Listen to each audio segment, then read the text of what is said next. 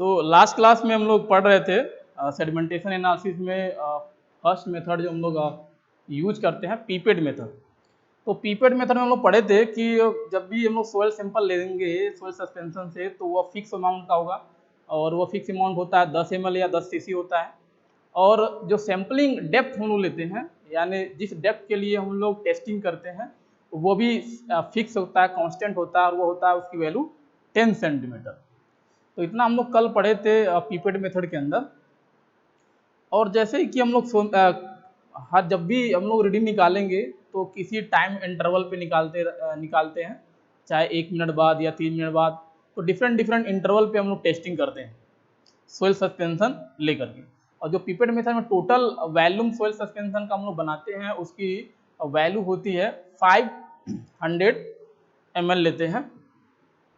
और जब भी हम लोग जितनी बार टेस्टिंग करेंगे 10 ml लेके जब भी टेस्टिंग करेंगे तो हर एक रीडिंग के लिए हम लोग निकालते हैं वेट ऑफ सॉलिड। हम लोग निकालेंगे वेट ऑफ सॉलिड या मास ऑफ सॉलिड निकालते हैं, एमडी की वैल्यू निकालते हैं जिसको डिनोट करते हैं एमडी से। तो हर एक रीडिंग के लिए एमडी निकालते हैं। तो हम लोग यहाँ तक कल पढ़े थे। तो नेक्स्ट लाइन से वहीं से कंटिन्यू करेंगे पीपेड मेथड से ही। तो उसमें नेक्स्ट लाइन से हम लोग करेंगे late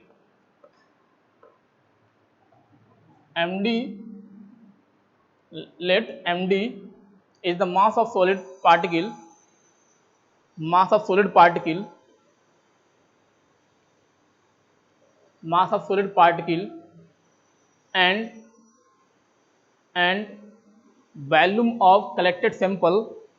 and volume of collected sample तो कलेक्टेड सैंपल के लिए जो रीडिंग निकालने के लिए हम लोग वैल्यूम लेते हैं उसको डिनोट करते हैं वीपी से। और वो कितना है 10 ml और 10 cc। From sampling depth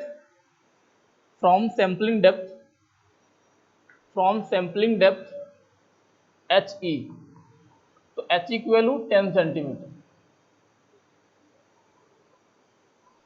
HE की वैल्यू 10 सेंटीमीटर।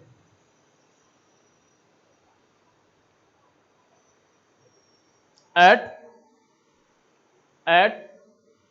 Time t। तो अगर ये आपका डेटा है पीपेड मेथड में, एमडी क्या होता है हर एक कलेक्टेड सैंपल के लिए अप्लाई करते हैं। ये आपका पर ml के लिए निकालते हैं हम लोग, पर यूनिट वॉल्यूम के लिए। यानी जितनी बार रीडिंग निकालेंगे एमडी जरूर निकालेंगे। तो MD1, MD2, MD3 इस तरह से बहुत सारे वैल्यू आएंगे और इसी के बेसिस पे हम लोग परसेंटेज फाइनल निकालते हैं। तो पर यूनिट वॉल्यूम याद रखेंगे, जितनी बार हम लोग रीडिंग निकालेंगे एमडी निकालते हैं हर एक सैंपल का। यानी जो वैल्यू हम लोग 10 ml लेंगे, जो वैल्यू हम लोग प्रत्येक रीडिंग के लिए 10 ml लेते हैं उसी सैंपल में कितना सॉलिड पार्टिकल है वो वैल्यू निकालेंगे तो वो देता है एमडी। और किससे निकालेंगे? By oven drying method. तो पीपेड मेथड में याद रखेंगे कि जो एमडी की वैल्यू हम लोग निकालते हैं किसके द्वारा निकालते हैं? ओवन ड्राइंग मेथड से। Oven drying method.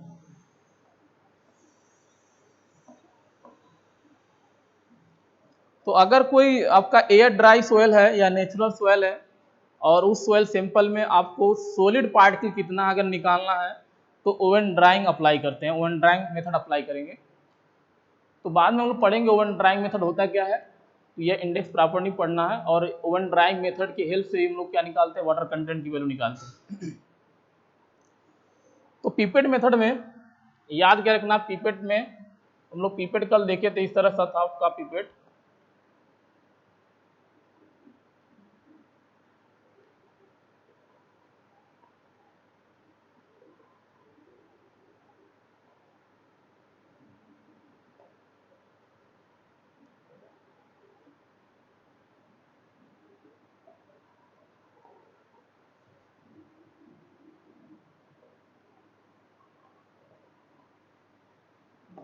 तो ये कंटेनर है जिसमें आपका सोयल सस्पेंशन भरा होता है और इसी के अंदर हम लोग पीपेट को क्या करते हैं? डिप करते हैं और सैम्पलिंग हाइट हम लोग कैलकुलेट करते हैं। तो सैम्पलिंग हाइट यहाँ पे HE होता है और इसकी वैल्यू फिक्स होती है 10 सेंटीमीटर। और इसमें जो भी वैल्यू जाता है वॉल्यूम जो भी शक करके हम लोग ले आते हैं उसको वीपी से डिनोट करते हैं। अब वीपी क्या होता है? Volume of pipette. वीपी क्या होता है? Volume of pipette. और यह फिक्स रहेगा और इसकी वैल्यू 10 सीसी या 10 ml लेते हैं। और ये आपका सोयल सस्पेंशन होता है, सोयल सस्पेंशन। और इनिशियल में पिपेट मेथड के लिए जो सोयल सस्पेंशन हम लोग तैयार करते हैं, कितनी वैल्यू होती है? 500 ml।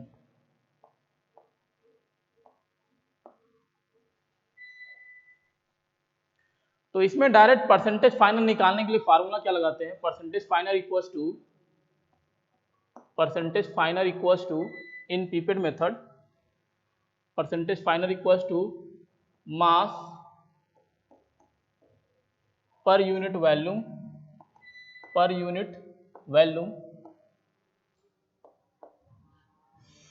at sampling depth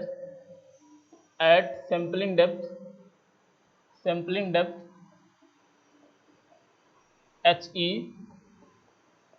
at time t। यानी जब हर एक रीडिंग के लिए जो आप सोयल का सैंपल ले रहे थे 10 ml, उस 10 ml के लिए ऊपर रखते हैं वैल्यू।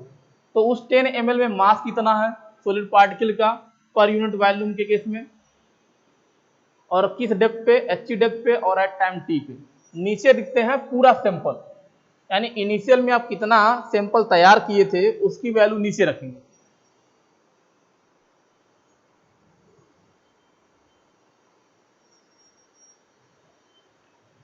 तो नीचे क्या रखेंगे? Mass per unit volume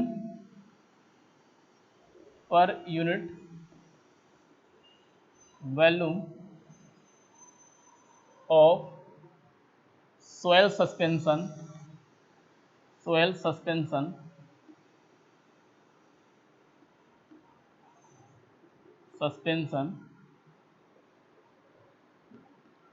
prepare initially.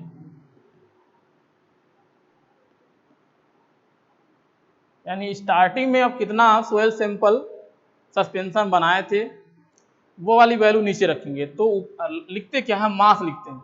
मास लिखेंगे किस वॉल्यूम के लिए? यानी कितने वॉल्यूम में आपका पूरा मास है वो वैल्यू आपका नीचे रखेंगे। तो अगर इसको ब्रेक करेंगे मैथमेटिकल फॉर्म में लिखेंगे तो परसेंटेज फाइनल इक्वल्स टू, तो हम लोग जब भी रीडिंग निकाल रहे थे पिपेट मेथड में तो वॉल्यूम ले रहे थे वीपी हर एक रीडिंग के लिए, और मास वीपी के लिए निकल रहा था एमडी। तो हो जाएगा मास एमडी पर यूनिट वॉल्यूम। तो वॉल्यूम कितना लिए थे एमडी के लिए? वीपी। इसमें मल्टीप्लाई बाय 100 रखेंगे क्योंकि परसेंटेज फाइनल को हम लोग डिनोट करते हैं परसेंटेज में। नीचे मास पर यूनिट वॉल्यूम, तो कितना आप इनिशियल में तैयार किए थे, यानी पिपेट मेथड जब अप्लाई करने जा रहे थे आप तो इनिशियल में सोयल सस्पेंशन कितना तैयार किए थे, कितना बनाए थे, उसके लिए मास और वॉल्यूम क्या लेंगे? तो टोटल मास लेंगे पूरा सोयल सस्पेंशन के लिए। अगर इसका वॉल्यूम टोटल हम लोग लेंगे, अगर ये टोटल वॉल्यूम V है तो इसके लिए अगर मास हम लोग लेंगे तो कैपिटल M। तो यहाँ पे फार्मूला क्या हो जाएगा? Capital M divide by capital V multiply by 100। तो ये आपका फार्मूला हो जाएगा पिपेट मेथड के लिए, where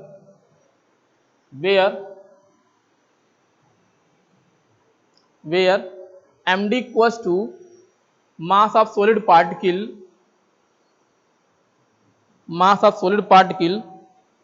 in volume VP।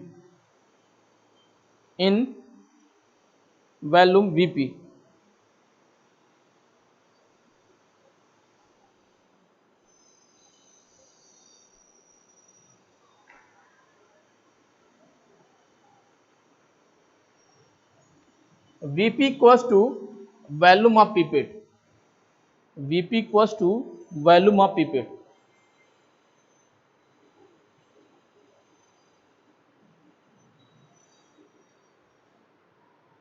Capital M equals to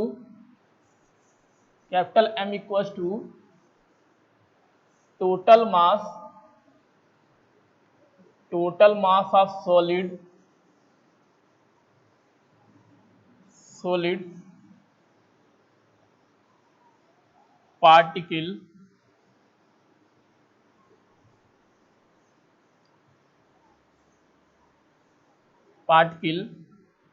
added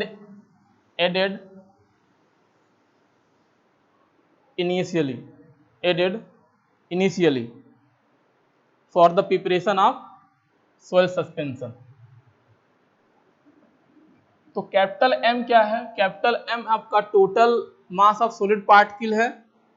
कब? जब सोयल सस्पेंशन आप बनाने जा रहे हैं तो कितना सॉलिड पार्टिकल आप सोयल का ऐड किए हैं पूरा सोयल सस्पेंशन बनाने के लिए।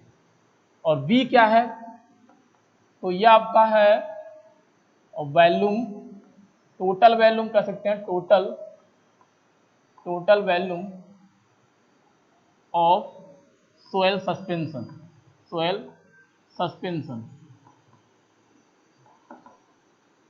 और टोटल वॉल्यूम पीपेट मेथड में कितना लेंगे? 500 ml। तो इसकी वैल्यू होती है 500 ml।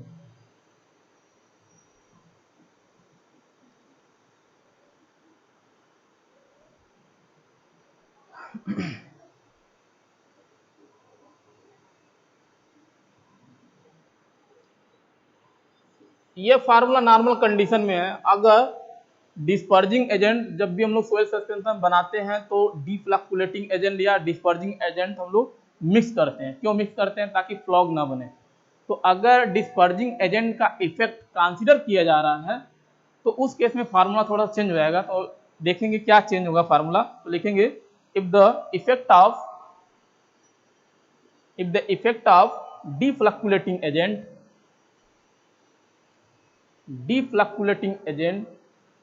is used to consider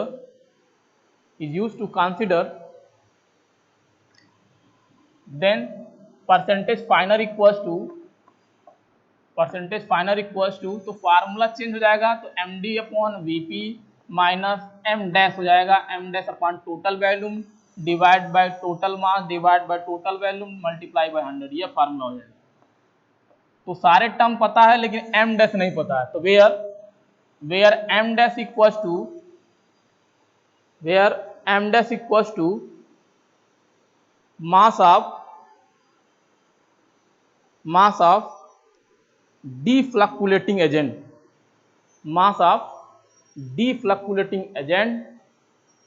added for preparation of soil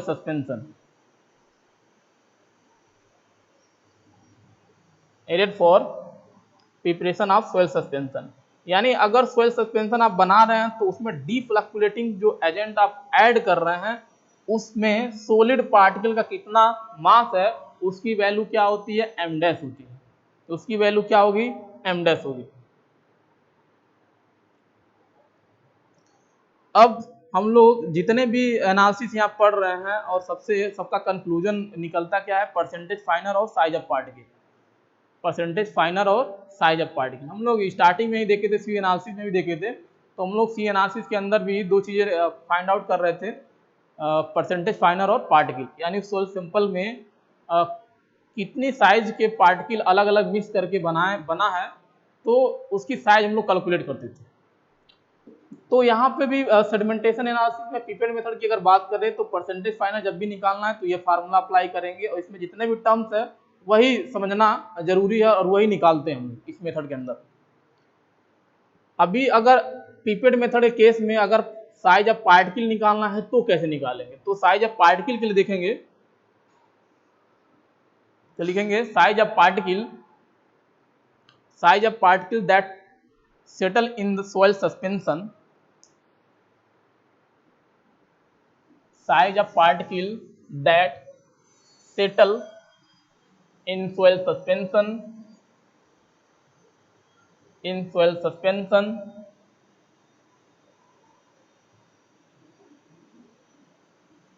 at time t by traveling a distance of by traveling a distance of sampling depth HE, sampling depth HE। तो जब भी particle की size निकालना है तो वहां पे हम लोग स्टोक्स लॉ अप्लाई करने लगते हैं। तो हम लोग पढ़े थे कि जब भी पीरियड मेथड यूज करेंगे तो सैंपलिंग डेप्थ जो होता है HE लेते हैं और किसी टाइम इंटरवल, कोई भी टाइम इंटरवल T लेते हैं। तो ये दोनों हम लोग को पहले से आइडिया है। तो पार्टिकल हम लोग कितने में सेटल कराते हैं, अगर पीरियड मेथड की बात करें तो हम ये लोग ये मान के चलते हैं कि जो पार्टिकल सेटल हो रहा है कितनी इफेक्टिव हाइट में सेटल हो रहा है, HE हाइट में सेटल हो रहा है। तो अगर यहाँ से वेलोसिटी अगर निकालना है, अगर हमको वेलोसिटी निकालना है कि HE टाइम में HE डेप्थ में या डिस्टेंस में T टाइम अगर ट्रेवल कर रहा है कोई पार्टिकल, T टाइम में अगर कोई पार्टिकल HE डेप्थ आपका अचीव कर रहा है, तो उस केस में वेलोसिटी अगर निकालना है तो वेलोसिटी इक्वल टू हम लोग जानते हैं distance upon time. Velocity equal to जानते हैं हम लोग डिस्टेंस अपॉन टाइम। तो अकॉर्डिंग टू स्टोक्स लॉ के अकॉर्डिंग अगर चलेंगे तो चूंकि पार्टिकल है यहाँ पे और सेटल हो रहा है, तो वहां पे हम लोग जो वेलोसिटी यूज करते हैं क्या होता है, सेटलिंग वेलोसिटी। ठीक है, तो settling velocity equal to distance upon time, और डिस्टेंस हम लोग क्या लिए हैं, HE, यानी पिपेट मेथड में जो पार्टिकल सेटल होता है किस डेप्थ में सेटल होता है, किस डिस्टेंस में, HE डेप्थ में सेटल होता है। और टाइम हम लोग क्या लेते हैं, कोई पार्टिकुलर टाइम T लेते हैं। स्टोक्स लॉ के अकॉर्डिंग यही आपका जो वेलोसिटी होता है, सेटलिंग वेलोसिटी या टर्मिनल वेलोसिटी, यह इक्वल्स होता है G-1 gamma W D square divide by 18 mu के इक्वल होता है। यह स्टोक्स लॉ। हमें निकालना क्या है इस रिलेशन से, हमें निकालना पार्टिकल की साइज। हमें क्या निकालना है, पार्टिकल की साइज। तो यहां से देखेंगे HE divide by T equal to G-1 18 mu, और यहाँ पे होता है गामा W D स्क्वायर। तो हमें D निकालना है। चलो, तो D इक्वल टू, यहाँ से D निकालेंगे तो D स्क्वायर इक्वल टू हो जाएगा, तो D square equal to 18 mu divide by G-1 gamma W, और ये आपका हो जाएगा HE डिवाइड बाई 2, ये हो जाएगा। क्योंकि साइज निकालना है तो यहां से देखेंगे तो D इक्वल टू हो जाएगा अंडर रूट। अगर इस टर्म की हम लोग बात करें तो एक सेम मीडियम के लिए सारे टर्म्स कांस्टेंट होंगे। अगर मीडियम वाटर है तो यह म्यू की वैल्यू कांस्टेंट होगी। सॉलिड पार्टिकल है, अगर सोयल सैंपल हम लोग ले रहे हैं और एक ही तरह के पार्टिकल है तो जी की वैल्यू भी सेम होगी, और गामा डब्ल्यू भी कांस्टेंट होता है।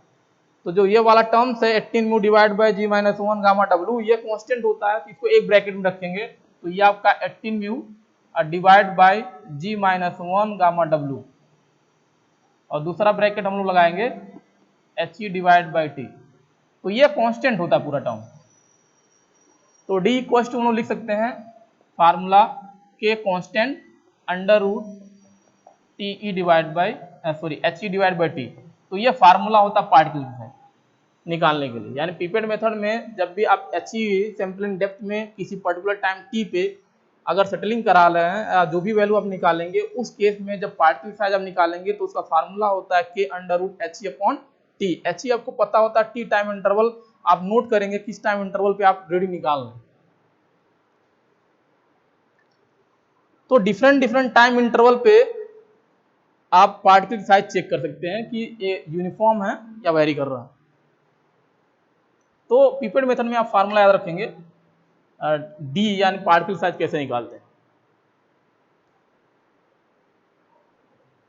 तो पिपेट मेथड में केवल इतना पढ़ना था, परसेंटेज फाइनल कैसे निकालते हैं और पार्टिकल साइज कैसे निकालते हैं। नोट करके याद रखेंगे पिपेट मेथड के लिए। नोट, तो in sedimentation analysis pipette method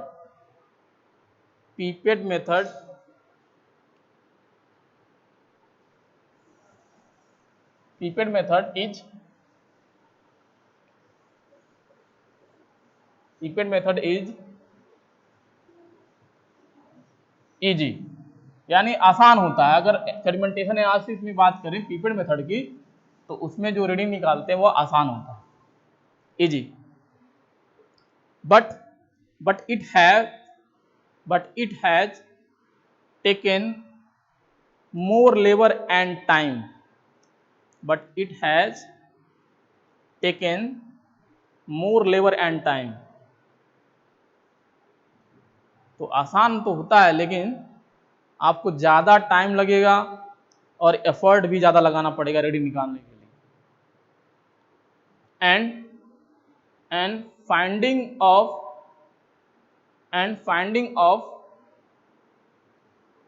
mass of solid particle per unit volume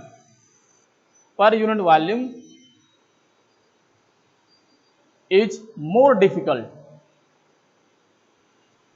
अब डिफिकल्ट या टाइम टेकन हम लोग क्यों बोल रहे थे? इसलिए बोल रहे थे कि जो एमडी की वैल्यू हम लोग निकालते हैं वो टफ हो जाता है, क्योंकि एमडी निकालने के लिए आपको ओवन ड्राइंग मेथड पे जाना पड़ेगा, और ओवन ड्राइंग जब तक अप्लाई करेंगे आपका बहुत ज़्यादा टाइम आप खर्च कर चुके होंगे। तो एमडी निकालने में बहुत ज़्यादा डिफिकल्टी फेस करनी होती है, इसलिए यह टाइम टेकन हो जाता है। And finding of mass of solid particle per unit volume is very या मोर डिफिकल्ट।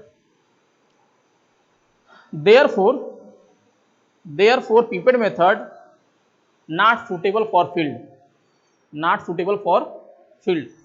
तो यानी अगर दोनों मेथड आपके पास है, पिपेट मेथड और हाइड्रोमीटर मेथड, तो मैक्सिमम प्रयास करते हैं कि फील्ड पे आप पिपेट मेथड यूज ना करें, आप हाइड्रोमीटर ही प्रीफर करें।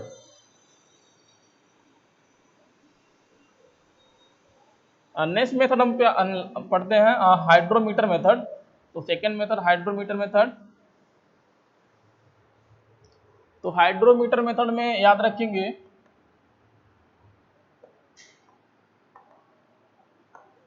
तो अब तक जो हम लोग पढ़ते आए हैं कि जितने भी एनालिसिस पढ़ रहे हैं सबसे क्या निकालते हैं, परसेंटेज फाइनल और पार्टिकल साइज। यहाँ भी वही पढ़ने वाले हैं हाइड्रोमीटर एनालिसिस में भी। तो हाइड्रोमीटर मेथड में भी हम लोग यही करेंगे, परसेंटेज फाइनल निकालने का प्रयास करेंगे और पार्टिकल साइज निकालने का प्रयास करेंगे, लेकिन कुछ अलग है, कुछ नया है। तो हाइड्रोमीटर एनालिसिस हम लोग डेंसिटी निकालने के लिए भी यूज करते हैं। तो लिखेंगे hydrometer is a device for measuring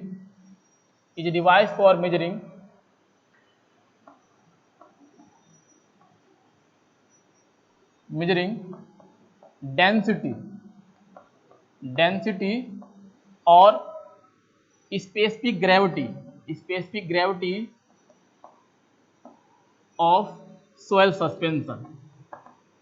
तो जो भी हम लोग सोयल सस्पेंशन बनाते हैं पिपेट या हाइड्रोमीटर मेथड अप्लाई करने के लिए, अगर उस सोयल सस्पेंशन का डेंसिटी और स्पेसिफिक ग्रेविटी निकालना है तो यह मेथड अप्लाई करते हैं हाइड्रोमीटर मेथड। तो hydrometer is a device measuring for density और specific gravity of soil suspension from sampling depth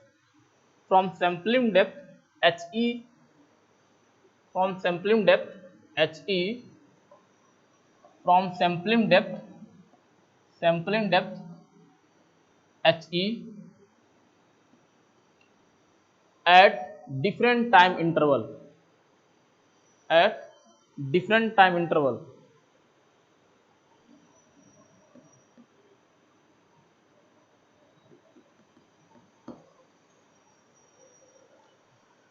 तो हाइड्रोमीटर मेथड से अगर हम लोग डेंसिटी या स्पेसिफिक ग्रेविटी निकालते हैं तो फार्मूला क्या अप्लाई करेंगे निकालने के लिए? तो specific gravity according to hydrometer method, तो specific gravity of soil suspension equals to होता है ratio of density of soil suspension divide by density of water. Specific gravity of soil suspension equals to ratio of density of soil suspension to density of water. अगर हम लोग hydrometer से reading निकाल रहे हैं, अगर हम लोग हाइड्रोमीटर से रीडिंग निकाल रहे हैं और रीडिंग करेक्ट करने के बाद आपका डिनोट कर रहे हैं आर एच से, R means reading, H means hydrometer. अगर हम लोग हाइड्रोमीटर से रीडिंग जो नोट कर रहे हैं, नोट करने के बाद जो फाइनल वैल्यू है, जो रिजल्ट है, वो वैल्यू आपका आर एच, वो वैल्यू है। अगर आर एच आपके पास पता है तो ये वैल्यू डायरेक्ट निकाल सकते हैं। तो आर एच के टर्म में specific gravity of soil suspension हम लिखते हैं 1 plus R H divide by 1000। तो ये formula where R H equals to corrected reading, corrected यानी करेक्ट करने के बाद जो वैल्यू आएगा वही पुट करना, करेक्टेड रीडिंग ऑफ हाइड्रोमीटर,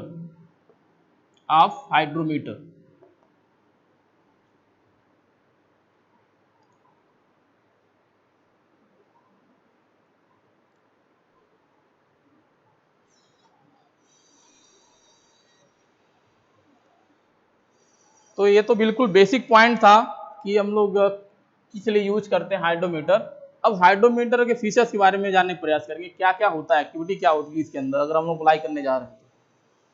तो फर्स्ट पॉइंट नेक्स्ट लाइन से देखेंगे, अनलाइक वर्ड इसलिए यूज करते हैं क्योंकि इसका जो स्ट्रक्चर होता है हाइड्रोमीटर का इस तरह से बना होता है कि इत्तेफाक से जो रीडिंग मिलती है, अगर डाउनवर्ड डायरेक्शन में मिल रही है रीडिंग तो इंक्रीज करता है, इसलिए अनलाइक वर्ड यूज करते हैं। तो unlike normal scale reading on hydrometer reading, unlike normal scale reading on hydrometer reading increase downward, बहुत इंपॉर्टेंट पॉइंट है, इसका एडवांटेज आपको मिलेगा इस लाइन का। क्या हम लोग पढ़े कि जो स्केल रीडिंग है, यानी आपका हाइड्रोमीटर, अभी हम लोग देखते हैं कि हाइड्रोमीटर क्या है, उसमें स्केल बने होते हैं। तो जो भी स्केल की रीडिंग होती है, जो भी स्केल की रीडिंग होगी हाइड्रोमीटर में, सपोज करिए आपका हाइड्रोमीटर इस तरह से बना है, ये हाइड्रोमीटर है, तो इस पे स्केल बना होगा। तो स्केल आपका इस तरह से बना होता है, 0 यहाँ पे है, नीचे जाएंगे 5, 10, 15, यानी नीचे अगर जा रहे हैं तो बढ़ता है रीडिंग। तो स्केल रीडिंग इसमें याद रखेंगे कि अगर आप डाउनवर्ड डायरेक्शन में जा रहे हैं, अगर आप नीचे की तरफ जा रहे हैं, नोट कर रहे हैं रीडिंग, तो ये क्या होता है, ये वैल्यू डाउनवर्ड डायरेक्शन में जा रहा है तो ये रीडिंग क्या होती है, बढ़ती है। अगर हाइड्रोमीटर से रीडिंग आप डाउनवर्ड डायरेक्शन में पढ़ रहे हैं तो रीडिंग की वैल्यू क्या होती है, इंक्रीज होती है। रीडिंग की वैल्यू क्या होगी, इंक्रीज होगी।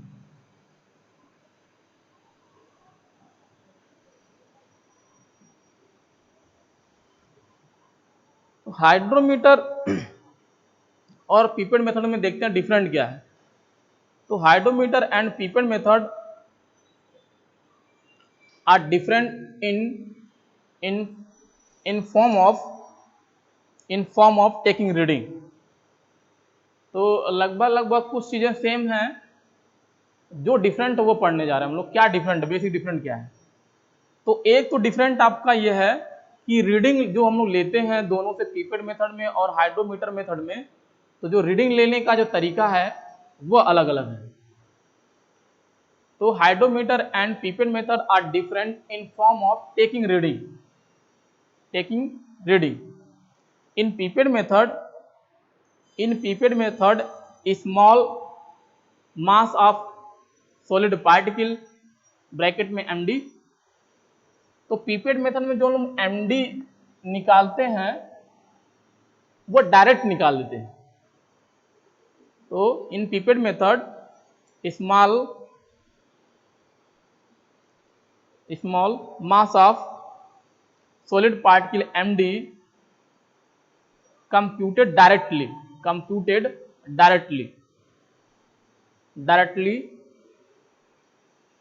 from from collected sample from collected sample at sampling depth He at time t। तो पीपेड मेथड में जो हम लोग एमडी निकालते हैं वो डायरेक्ट निकालते हैं। डायरेक्ट यानी आपके पास सोइल सैंपल फिक्स वॉल्यूम का होगा और उसी फिक्स वॉल्यूम को लेके जाना है ओवन ड्राइंग पे। ओवन ड्राइंग मेथड अप्लाई करेंगे और जो वैल्यू आएगा एमडी डायरेक्ट दे देता है। लेकिन आपका हाइड्रोमीटर में एमडी जो निकालने का प्रोसीजर है वो इनडायरेक्ट तरीके से निकालते हैं। But in hydrometer method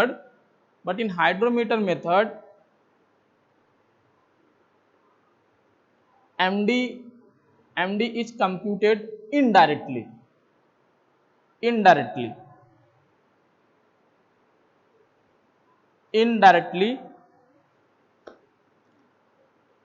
by noting density of soil suspension, by noting यानी इसमें जो MD निकालते हैं डेंसिटी के फॉर्म में निकालेंगे। तो इसलिए बाय नोट यानी जो नोट करते हैं किसकी reading, density bye noting a density of soil suspension, यानी सोइल सस्पेंशन की डेंसिटी आपको पता है तो उसी के फॉर्म में हम लोग एमडी निकाल लेते हैं।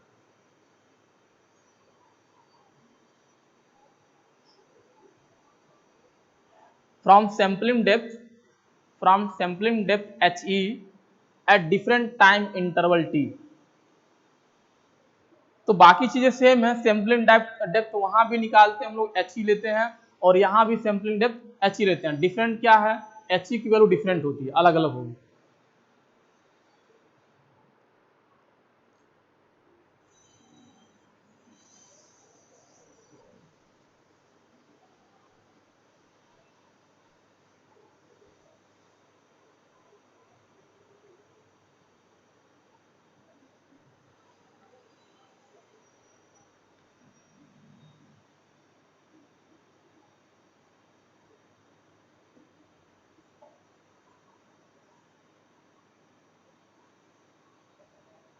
तो इस तरह से आपका हाइड्रोमीटर बना होगा और रीडिंग आपका इस तरह से बना होता है।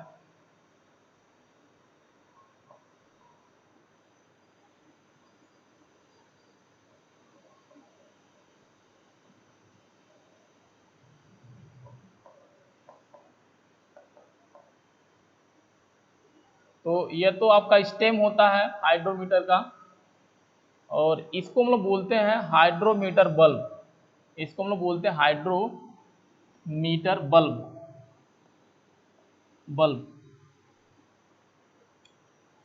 और यहाँ पे हाइड्रोमीटर बल्ब में जो पार्टिकल सेटल होता है बिल्कुल यहाँ पे आता है, तो यह सॉलिड पार्टिकल।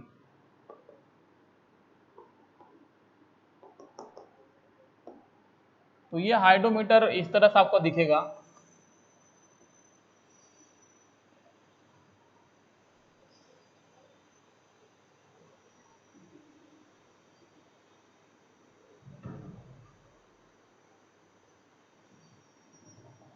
जो हाइड्रोमीटर बल्ब है उसकी अगर वॉल्यूम आपको कंसीडर करना है तो इसकी वॉल्यूम को डिनोट करते हैं V सफिक्स में H और ये होता है आपका वॉल्यूम ऑफ, लिखते हैं आपका वॉल्यूम ऑफ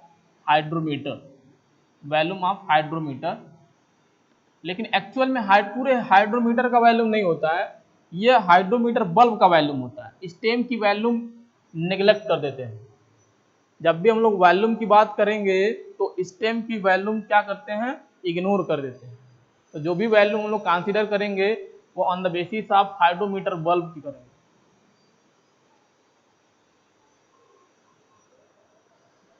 अब इसको अगर किसी जार के अंदर जहां पे सोइल सस्पेंशन बना है, सपोज करिए ये सोइल सस्पेंशन किसी कंटेनर या जार में है, तो इस जार को यहाँ बोलते हैं सेडिमेंटेशन जार। इस जार को बोलते हैं यहाँ पे सेडिमेंटेशन जार। इस जार को यहाँ बोलेंगे सेडिमेंटेशन जार। तो अगर इस जार में सोइल सस्पेंशन है आपका, तो ये क्या है, सोइल सस्पेंशन। कितना वॉल्यूम टोटल लेते हैं हाइड्रोमीटर में, 1000 ml लेते हैं। अब इसमें आपका हाइड्रोमीटर डिप करेंगे, अगर हाइड्रोमीटर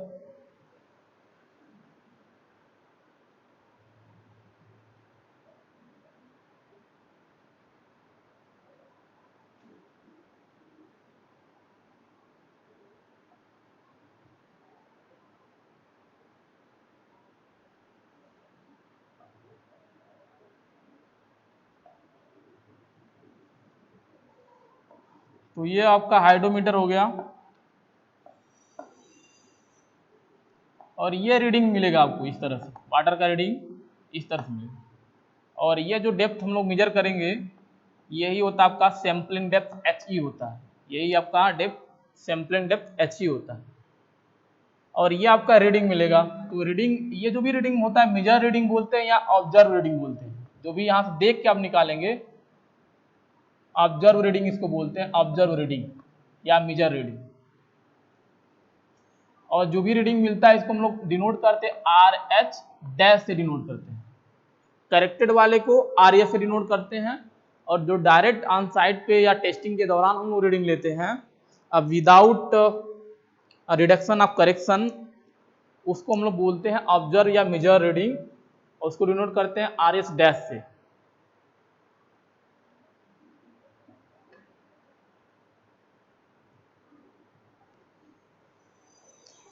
तो एक चीज बेसिक क्लियर हुआ कि अगर पीपेड मेथड और हाइड्रोमीटर में दोनों में डिफरेंट देखा जाए तो एक बेसिक डिफरेंट होता है रीडिंग निकालने में। पीपेड की जो बनावट होती है उसकी अलग होती है, हाइड्रोमीटर के अलग टर्म्स और टूल्स हैं, इसमें रीडिंग भी अलग होता है, स्केलिंग भी अलग होती है। दूसरा डिफरेंट क्या है? दूसरा डिफरेंट आपका HE का है, सैंपल डेप्थ HE का। तो लिखेंगे इन पीपेड method, in pipette method sampling depth HE constant, whereas तो pipette मेथड में क्या होता है, जो HE होता है वो कांस्टेंट होता है। इन pipette method sampling depth HE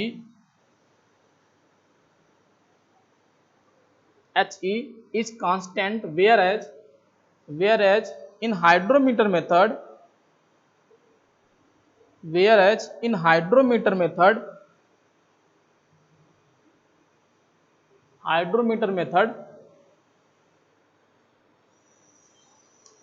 sampling depth HE increase with time,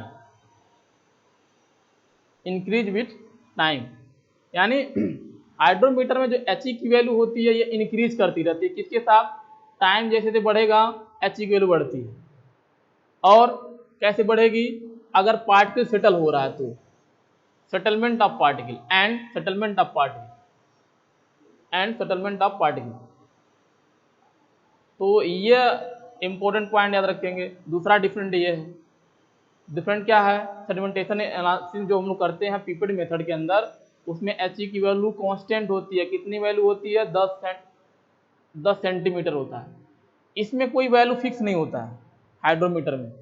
hydrometer method में वैल्यू फिक्स नहीं होगी, जबकि इसकी वैल्यू, इसमें क्या होता है, वैल्यू इंक्रीज करती है किसके साथ? With respect to time and settlement of particle. तो जैसे जैसे टाइम बढ़ेगा और पार्टिकल सेटल होगा HE की वैल्यू बढ़ती रहती है। तो दूसरा डिफरेंट याद रखेंगे। Due to which calibration of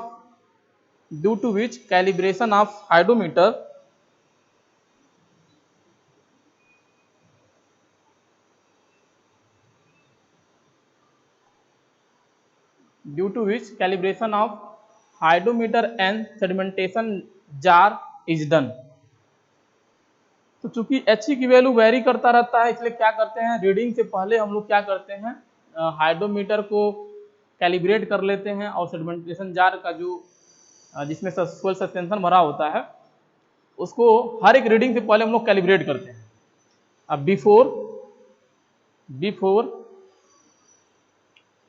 before each testing. तो चूंकि इसमें HE की वैल्यू वेरी करता रहता है, तो जब भी हम लोग रीडिंग निकालने जाएंगे तो सेडिमेंटेशन जार और हाइड्रोमीटर को पहले से क्लीन कर लेंगे, या पहले से इसमें कोई आपका मटेरियल नहीं होना चाहिए, कोई सोयल नहीं होना चाहिए, कोई सॉल्यूशन नहीं होना चाहिए। इस तरह से कैलिब्रेट करते रहते हैं, यानी हर एक रीडिंग के लिए बिल्कुल फ्रेश वैल्यू मिलना चाहिए। तो हम लोग फाइनली निकालते क्या है, अब हाइड्रोमीटर मेथड से फाइनली निकालेंगे स्टार्टिंग में डेंसिटी। तो in hydrometer method, next line से देखेंगे, in hydrometer method hydrometer measure a density of soil suspension, density of soil suspension,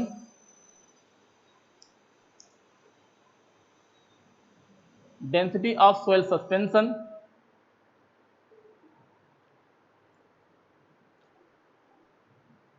density of soil suspension due to self volume, due to its self volume। यानी जो भी हम लोग density measure करेंगे, जो भी हम लोग सोइल सस्पेंशन की डेंसिटी मेजर करेंगे, किसके बेसिस पे करेंगे, जो हाइड्रोमीटर का खुद का वॉल्यूम है उसके बेसिस पे मेजर करेंगे। At surface level, at surface level of soil suspension, surface level of soil suspension in sedimentation jar,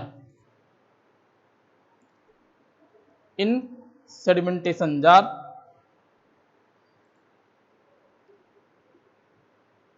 which is displaced by hydrometer। तो ये थोड़ा लाइन अभी ये समझ में नहीं आया है, इसमें याद रखेंगे कि, और इसमें बायंसी प्रिंसिपल अप्लाई करते हैं। बायंसी प्रिंसिपल अप्लाई करने का मतलब ये है, हम लोग पढ़े कि हाइड्रोमीटर यूज करेंगे डेंसिटी मेजर करने के लिए। वो कैसे मेजर करेंगे, जब हम लोग हाइड्रोमीटर को बाहर से लाते हैं और सेडिमेंटेशन जार है ये आपका, ये है आपका सेडिमेंटेशन जार, सेडिमेंटेशन जार।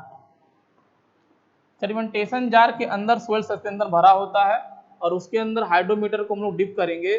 जब डिप करते हैं तो इसी प्रोसेस के दौरान क्या होता है, डेंसिटी मेजर होती है। तो जब हम लोग डिप करेंगे तो इसकी खुद की एक वॉल्यूम है, हम लोग पढ़े थे, इसको डिनोट करते हैं VH से।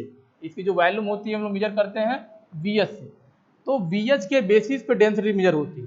और जब हम लोग VH के बेसिस पे डेंसिटी मेजर होगी तो कैसे मेजर करते हैं, जब हम लोग इसको डिप करते हैं तो जो वाटर का लेवल है या सोइल सस्पेंशन का लेवल है सेडिमेंटेशन जार के अंदर, वो डिस्प्लेस होता है, ऊपर नीचे जाता है।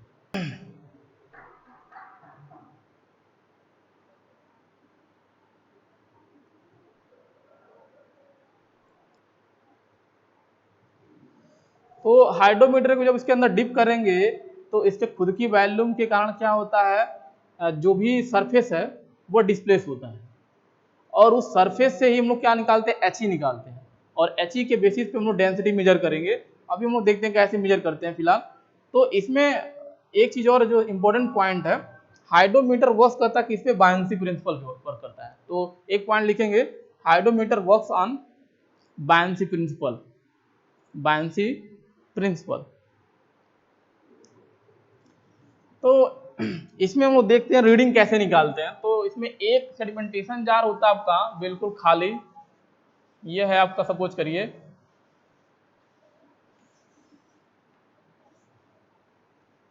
ये सेडिमेंटेशन जार है आपका,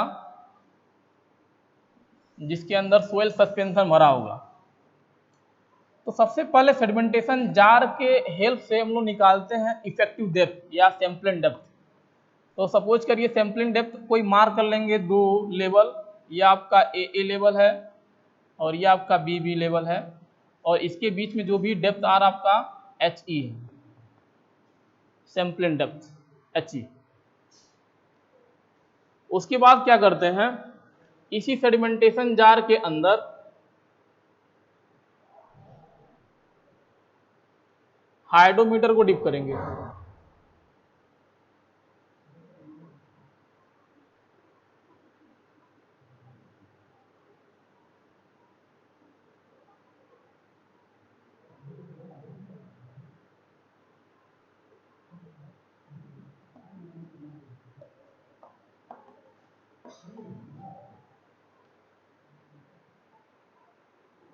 चलिए आज के लिए इतना ही, थैंक यू।